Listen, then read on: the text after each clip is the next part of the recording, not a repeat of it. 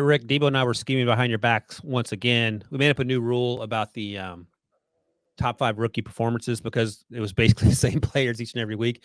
So we decided instead of us regurgitating the same thoughts about the players, even though they continue to do amazing things, Debo came up with a rule. If you've been on the list more than once, you can only get honorable mention. We can't just spend all the time talking about you. And that, of course, refers to Sam Laporta, Jahmyr Gibbs, and Jordan Addison. I keep hinting at it. When we talk about the draft classes and grade them at the end of the football season, the old Lions and Rams are going to be up there. But the Lions, and I heard you talk about this in HQ, hey, they just keep hitting grand slams. No singles, all grand slams. What do you want me to say? There you go. You can't disagree with that, can you? All right, so let's get into the meat of the top 5 rookie breakout performances. We talked about the rookie quarterbacks in the last segment with Will Levis and Bryce Young, but there's another rookie who outplayed them both combined. Aiden O'Connell, day 3 pick out of Purdue, starting quarterback for the Raiders, 20 of 34, 248, 4 touchdowns, sacked just once. And watching his throws, I was getting angry at how terrible that Chargers defense was. Yeah, and it was like a 7-on-7 drill. Honestly. You know what? I wrote down it's like a 7-on-7 drill, except for the 7 defenders aren't out there. Right. It was. Yeah, he really got pressured, and that's what he is. He's a pocket passer that if you give him time, just like in college, he was an accurate thrower and an anticipatory thrower. He had a couple of nice shots down the field to another young lad, fine young man that we'll be talking about. I haven't heard that in a while. Is that coming out in 28 days or 28 days? Yeah. I got to use it to combat your anger. So, but he was in rhythm. They did a great job on spacing routes, getting the ball out of his hands. And like I said, when he's not pressured or he doesn't have a lot of people around his feet, then he would be a great 7-on-7 quarterback. You remember, I went to a couple of 7-on-7 camps in high school, and you see all these 7-on-7 camps. He'd be one of my top picks as a 7-on-7 quarterback because he is accurate when he has time and he can get the ball out of his hands. And he's gotten better at going through his reads and progressions. But I thought they did a great job from a game plan standpoint, making sure that he wasn't a sitting duck in the pocket. Yeah, and the Chargers did their part by not participating in that game. You know what? Maybe Aiden O'Connell should be one of the favorites to represent the U.S. in the Olympic flag football because the way he's dialing things up when there's no pressure, he could be the Tom Brady of the Olympics. So make a note of that. I think they're allowed to rush the passer in flag football, aren't you? You are, but I mean, you can't hit him, so maybe he won't be quite as nervous. By the way, Debo did tell me that we have to do some preview podcasts for the flag football U.S. Olympic team. So get ready to grind that tape. So, yeah, shout out to Aiden O'Connell. Great performance. I don't know if I can read too much into it in terms of if he's gotten a lot better or just a little better, just because the Chargers, that's one of the worst efforts I've seen by an NFL defense since I don't know when. Horrible. Yeah, it was, and it cost 2 guys their jobs, unfortunately. If you were sitting in Tom Telesco's shoes in that game and you saw it unfold in real time, what are you thinking as you watched it? It's undescribable, that feeling. It's just the sickest feeling in the world. On just the effort and energy, and it wasn't even that's the same team that didn't score a point a week ago against the Vikings. 0. Unbelievable. 0. Dropped 63. Is that what they ended up with in that game? Oh my gosh. Rick, can you remember the biggest loss you were a part of?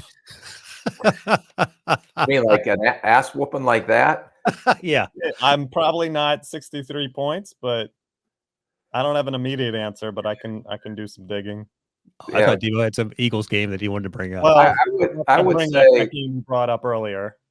I will give you a game that would just look like helpless.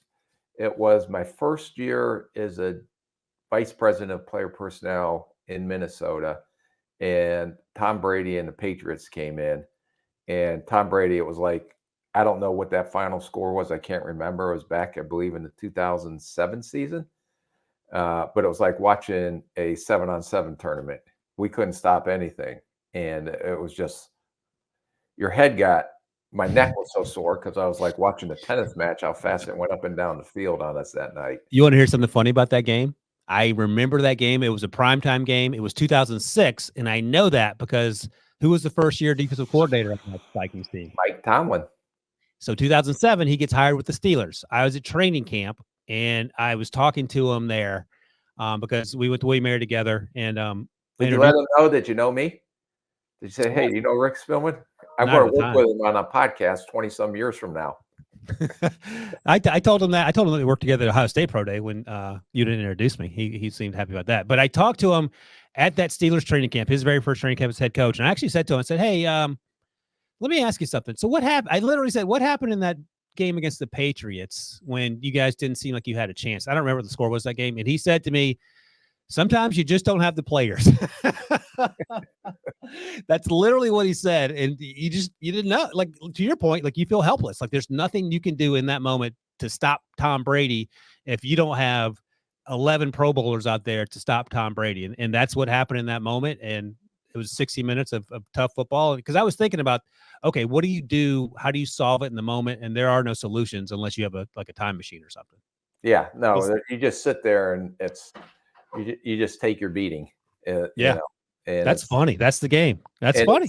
And as a GM, there's nothing you can do about it. You can't change personnel. You don't call plays. You just sit there helpless and you're just watching it and taking your lumps as they come. And hopefully you're going to have brighter days ahead. But those are miserable games to sit and watch. That was And 31-7. I can't imagine what Tom Telesco was going through on that last Thursday night. What'd you say, Devo? I can't imagine because I've been there and seen that. 31-7. Tom Brady, 372 yards, 4 touchdowns. Brad Johnson, 185 yards, 3 picks, and then Brooks Bollinger came in and threw another pick. Was Brady like 49 of 50? He was 29 of 43. Not even that good. No. He missed a couple. Yeah, just wanted to, not to belabor the point here. 2011, there was a 45-7 loss to the Packers. And there was also a 34-0 loss to the Packers in 2007. Oh, that's 2007. Okay. And a 42-10 loss in 2014. It tends to be the Packers on this list. Yeah, that's amazing. Yeah, but I bet you our record was 500 against the Packers through my time there. Just when you lost big. Yeah, well, we went down. We didn't even go down swinging. We just went down. You just jumped right off the cliff. Yeah. Devo's taking. It was like that, if you're in a fight and someone throws a first punch and he doesn't even connect and you just go down. Just lay there. Get on with your day. You don't have to sit there and clean up all the blood. You just take your lump and walk out of there. Take the one shot, don't get up. In your defense, in that loss to the Patriots in 2006, number one, you scored. Number two, it wasn't to Aiden O'Connell and our interim head coach. So you get points for that. Yeah, and those blowouts were probably against Hall of Fame quarterbacks too. Right. Absolutely. Shout out to Brad Johnson. I think he's from Black Mountain, North Carolina, if I recall correctly. Where did Brooks Bollinger go to college, Rick? Wisconsin. No, that was too easy. All right, next up on the list of our standout rookie performances, Week 15. The guy that caught 3 passes, 2 of which were touchdowns from Aiden O'Connell, Trey Tucker. We saw him at the Senior Bowl. We've talked about him earlier in the pre-draft process, earlier this season as well. He struggled with drops earlier on. No such concerns against the 7-on-7 Chargers.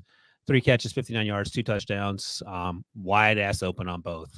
But he ran the route, caught the football, and he provides that team a little juice down the field. We know what Devontae Adams and Jacoby Myers can do. They're not possession receivers, but they don't have the juice that Trey Tucker has when he's sort of locked in. He's not done what Tank Dell was doing before the injury in Houston, but that was the plan when they drafted him, and I think he has an opportunity to give you a little bit of that every now and again. So progress, right? Yeah, there's no question about the vertical speed, and that showed up on 2 of those post or deep, the routes that he caught the 2 touchdowns on. He's still not the same athlete that Tank Dell is. He's a little tight in his hips. You see that in some of the routes that he runs on in-breaking routes or anything short where you have to use some athleticism. I think he's a little stiff through his lower, getting into and out of his cuts. He's a little bit of a body catcher. He's not a natural hands snatch and pluck guy, but he does give them some explosive playmaking ability down the field. But to say that he's Tank Dell, I'm going to respectfully disagree with you because Tank Dell is a much smoother athlete. I didn't say he was Tank Dell. I said that's sort of how the role they had envisioned for him when they drafted him in terms of being an undersized, twitchy little receiver. You Okay. agree with that part or not? Yes, I do. 100% with you. There you go. Thank you. 28 All days, right. count to 10. Next up, I think you can take a deep breath on this guy because this is a layup. Brian Brzee, defensive lineman out of Clemson, went to New Orleans in the first round. And I've talked about this before. He didn't look like a first-round pick last year for a number of reasons. He looks like a top 10 pick the way he's played. I think this is the second time on this list, so he is now disqualified from ever being on this list again. But he gave, I'll say our guy / your guy, John Michael Schmidt, a little trouble, the rookie center for the Giants. Had 2 sacks, was extremely disruptive in the middle of that defense, and he's been a lot of fun to watch. And it was over a lot of it was over the left guard too. I think that they slide Pugh inside, number 67. Yeah, Pugh got long arm to the ground at least once that I saw. Yeah. So, and that was a kid that was, or player that was sitting on a couch 2 months ago that came in. With Joe Flacco. Yeah, they must have been watching games together. No, they're watching Hallmark movies together. Then they got a call. Yeah, they got the call. I know I'm going to get the call from Hallmark. Debo's going to come through for me. Fingers crossed. But no, he doesn't play a lot on run. I think he only had 5 snaps against the run, so they're using him more as an inline pass rusher. The 1 sack, he's very good at working the edges. I think the athleticism and his size and his strength, but he also has some finesse to his game as well that shows up. The other sack was on a game where he looped around on the outside and got a sack on the quarterback, but he got numerous pressures. And I think you're seeing what we said in the past that you saw 2 years ago before the ACL and before all the tragedy he had to go through in his life with his sister, the type of player that he was. So that was a great draft pick by Mickey Loomis down in New Orleans, and I think he's going to solidify that defensive line. It's hard to find 3 techniques that can rush a passer that are that size, and he's exceeded probably expectations on a lot of people. Speaking of which, that sack that Jalen Carter had on Monday night, where he bull rushed the right tackle, the right guard. Oh boy, that was special. And I had said on HQ that Jalen had sort of not disappeared, but hadn't been quite as effective. I think he watched that segment and got himself rightly motivated. Yeah. Good thing you motivate these guys. I know, right? You're welcome, Jalen. All right, next up, Rashee Rice. This is his second time on the list, so he's also now disqualified going forward. 9 catches on 9 targets. That's what we like to see. 91 yards, had a touchdown. He is basically their go-to guy. Kadarius Toney, sweet mercy alive. I don't know what's going on. It seems like it's probably mostly mental at this point. Sky Moore hasn't quite worked out as the former second-round pick, year 2 player. But Rashee Rice, and you talked about this for several weeks now, it was going to be a matter of time, and that time has arrived. And they get him the ball in space. They don't necessarily ask him to run deep routes. He can do that, but they say, here, take the ball and then do your thing. And he's been quite effective. I'd like to see fewer opportunities to turn the ball over. He does that occasionally. He had another fumble in this game, but he recovered it. But other than that, I don't have any complaints. No, his confidence level is shooting through the roof, and you can see the chemistry between him and Mahomes is starting to have a lot of confidence in him. It's a lot of underneath routes, the bubble screens. He's more than athletic after the catch, more athletic than I thought he would be in his run after catch. He had a touchdown on a little shuttle pass near the goal line. But he's becoming a reliable target, a guy like we've mentioned before, that I think as we see the season continue to progress and through the playoffs, he's going to keep getting better and is going to be the main target besides Kelsey on that offense for Patrick Mahomes. And you can just see the chemistry between the two. The other thing is that when Mahomes gets outside the pocket, Rice has really done a nice job understanding how to get open when it's off schedule. He just doesn't sit there or stay covered. He's coming back to the quarterback. He's giving him an opportunity to have another target. And I think that's where the chemistry is between him and Mahomes is starting to develop. And they need that because there's not a lot of other options outside of Travis Kelce, who's been up or down by at least Travis Kelce standards in recent weeks. All right, finally, we got a 3-way tie on the same team. And the Packers have caught a lot of gruff. I'm not sure what the word is. I love them asking you what the word is. Caught a lot of heat for their drafts in recent years. talk about the Lions hitting a grand slam. This is a triple and possibly a 2-run homer, depending on how this sorts itself out. Luke Musgrave is out, the tight end who they took on day 2 with an injury, but he was doing some things early on. We've talked about Jaden Reed before, their second-round pick, who's been doing some things. He's electric with the ball in his hands. And then Dontavian Wicks and Tucker Kraft, the other tight end they drafted. Dontavian Wicks is day 3 guy. I don't even want to say this out loud, but during the draft process, I thought Tucker Kraft reminded me a little bit, brace yourself, get your little squeeze ball out, of a mini Travis Kelce in terms of his ability against FCS competition. That's fine. You don't have to like it. He's proven me right, Rick. 4 catches, 57 yards, and a touchdown. Dontavian Wicks out of UVA didn't run well at the combine. I thought he had a pretty good week at the Senior Bowl when we saw him there. He had 6 catches for 97 yards. And then Jaden Reed is the twitchiest of the bunch and probably one of the twitchiest in this draft class. And he's getting more and more run, 6 catches, 52 yards. And let me start with this. What if the Packers had drafted, the Panthers had drafted these 3? Do you think things would be a little different for Bryce Young? It just goes to show you can flip the script pretty quickly in terms of getting guys to help your offense move the ball up and down the field. Yeah, no. Kraft to me was more of a traditional wide tight end coming out. I didn't see the Kelce mismatch in the passing game, so I respectfully disagree with you there. It's early. We'll see. But he does have good hands. He's a good intermediate to short route runner. He had the touchdown, I believe, on a screen. Yep. He's getting more of an opportunity because Musgrave was the tight end they drafted. He's been out, I believe, since week 11. But so now Tucker has really stepped up into that role and is becoming a reliable target for Jordan Love at the short and intermediate route level. Now he got deep on that one with a wheel or corner route that he kind of adjusted. But I don't see him as a vertical deep threat as a tight end. I see him as a very solid on the line Y, maybe some H, that's going to be a reliable target underneath. I've been very impressed with Wicks. And the thing that's impressed me a lot about him is he may not be as fast as some of the other receivers that came out, but he plays to his time speed. Some guys run 4.3, 4.4, but play like they're 4.5. Some guys run 4.6, but play like that. If he's in the 4.5s, he plays up to his speed. And he's a smooth route runner. He has that flexibility and to adjust with his upper body to off-target throws. He has a large catching radius. He's not very dynamic after the catch, but he seems to go up and get the ball in contested situations. But my favorite of them all has been Jaden Reed, who I like coming out of Michigan State. I went back and watched some of the jet sweeps they did against the Giants a week before. He's just a dynamic playmaker with the ball in his hands. He's a slot receiver. I want to label him a gadget guy, but you can do a lot of things with him. They put him in the backfield and run routes out of the backfield. They put him in a slot. They do a lot of things with this kid. And for a rookie to be able to line up at multiple positions and do what he's doing, I've been very impressed with.